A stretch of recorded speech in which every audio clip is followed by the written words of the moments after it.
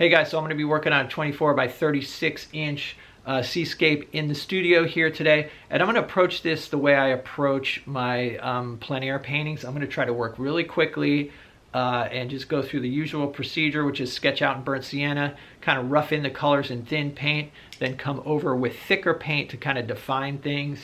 But yeah, I'm going to try to get a plein air effect, even though this is a fairly large canvas. So I'm just going to get started and we'll see how it goes.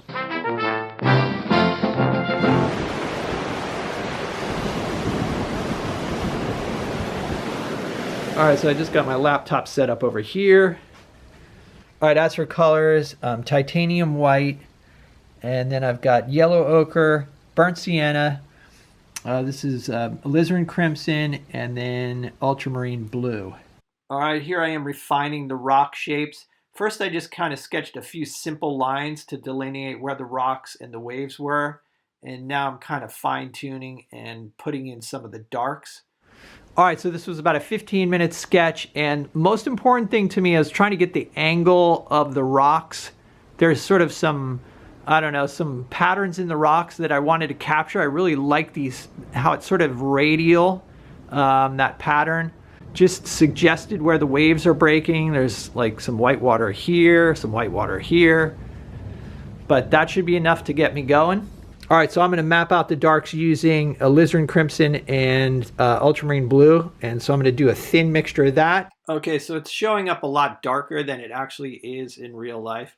But again, I'm using the alizarin crimson and the ultramarine blue and mineral spirits to yeah, it's a very thin application, and so it's sort of transparent. I mean, you can kind of see that in some of the areas, but yeah, I'm indicating the dark areas of the rocks first, and then I'll come in afterwards and start putting in some of the lighter areas of the rocks. Okay, for the sky, I'm using again alizarin crimson and ultramarine blue and white. It's kind of nice using a limited palette because you do end up with a lot of color harmony.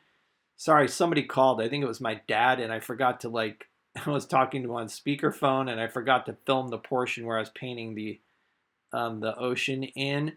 But basically, again, the color I used for that was ultramarine with a little bit of burnt sienna. It makes kind of a blue-green, and then, of course, white. The key thing I wanted to do was get a nice wave pattern. I wanted it to be irregular looking and also very subtle because, you know, it's kind of an overcast, misty day. Oh, see, there I am. I'm talking to my dad while painting. That's another thing you get when you're out plein air painting is you get practice talking to people and painting.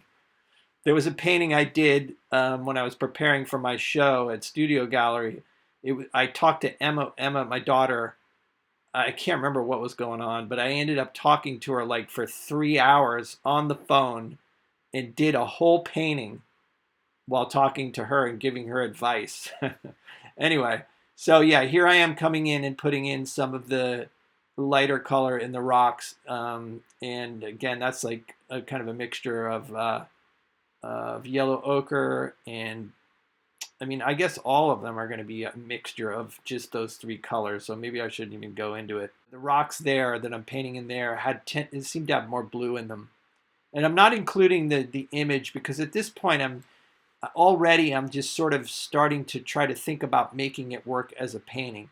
And so I use the photo reference, or if I'm on location, I use what I'm looking at as sort of raw materials for a composition. And I stay pretty close to it, but, you know, as I've said before, it's got to work as a painting. That's the most important thing. I can already see there's some issues here. The rocks on the right half are much darker. There's a lot more contrast. And so I'm already sort of I'm not sure how I'm going to feel about that. Also, that area there, the light blue on the rocks is like kind of a wet area, and the value appears to be kind of light. Although that could be because when the paint is wet, it really reflects a lot of light. And from this angle, we're getting a fair bit of glare. Sometimes when I film, I don't know that until the very end, until I'm editing, and I'm like, oh man, look at all that glare. Yeah, just putting thicker paint on, trying to match the colors.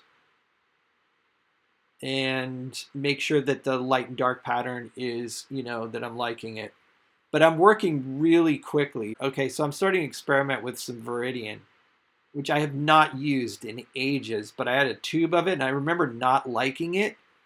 But today when I broke it out, I kind of liked it. I was mixing it with a little bit of yellow ochre because it was kind of harsh and like a cool minty green. So I liked it better when I added a touch of yellow ochre to it. I like the overall composition. I just these are just too organized. I got to break that up a little bit.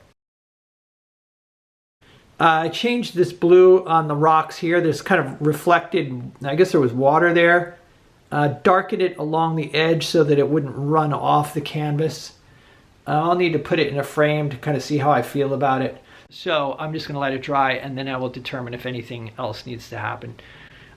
In other news, I just did a podcast with Carl Olson TV and we talked for like an hour and 45 minutes, had a wonderful conversation about art and painting and all that stuff. So if you're interested in listening to the podcast, I will put a link down below in the description. Other than that, thanks for hanging out, guys. I will see you in the next video.